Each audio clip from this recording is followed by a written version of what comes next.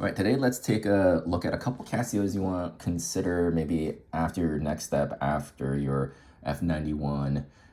That's super trusty, but you want the same watch functions, no more, no less. That's equally affordable, maybe equally reliable, equally durable, but maybe slightly more premium look and feel. This is my third or fourth F91W here.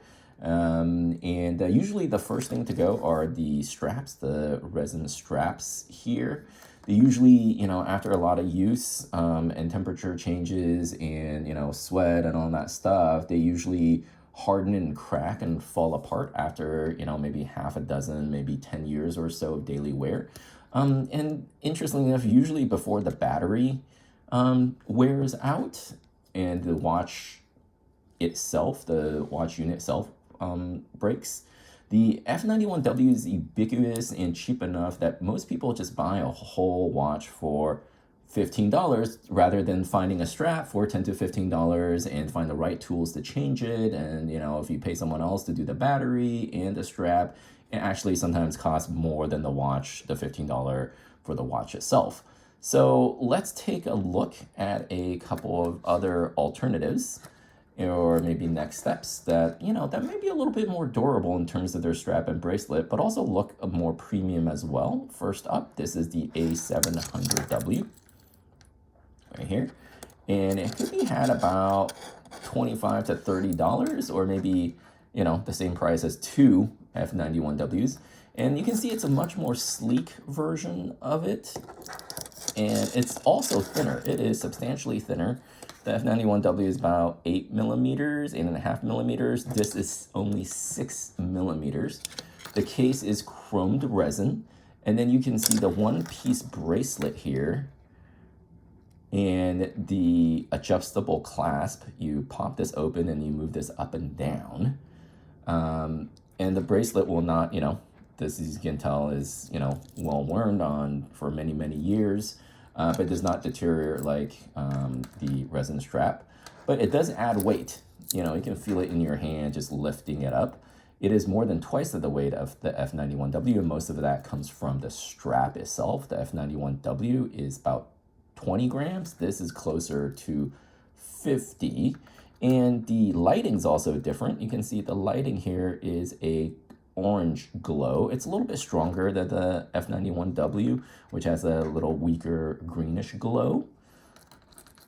And the second choice is a little bit bigger and chunkier than the F91W. You can see that here.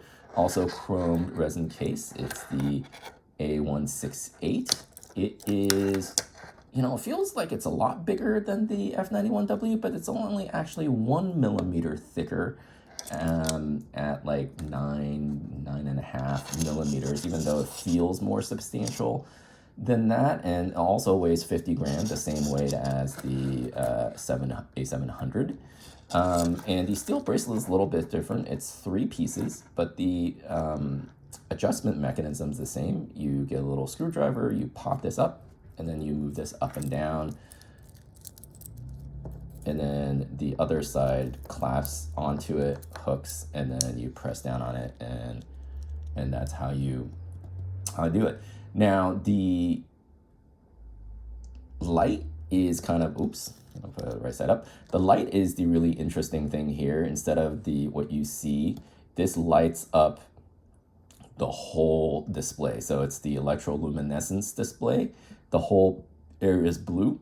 And I found the 168 on sale for like just $20, so $5 more than the F91W, but I would say well worth it. But if you don't like the blue light that lights up the whole display, there is a version of it without the electroluminescence with the old school light, and it is the 158, which is very similar in price, and I would say maybe a slightly thinner. I had a 158 after my 191W, but I lost it at some point while traveling, and then I accidentally bought the 168 because it looks fairly similar, and then I happily discovered that it had the light. So, either the A700W or the 168 or the 158 are really great next steps after your F91W. And I hope this helps if you're looking. And yeah, so thanks for watching. Please do like, subscribe, comment, and help the channel grow, and I can make more videos. Or if you end up buying the watch, use the Amazon affiliate links below so I can buy more watches to review, compare, and recommend.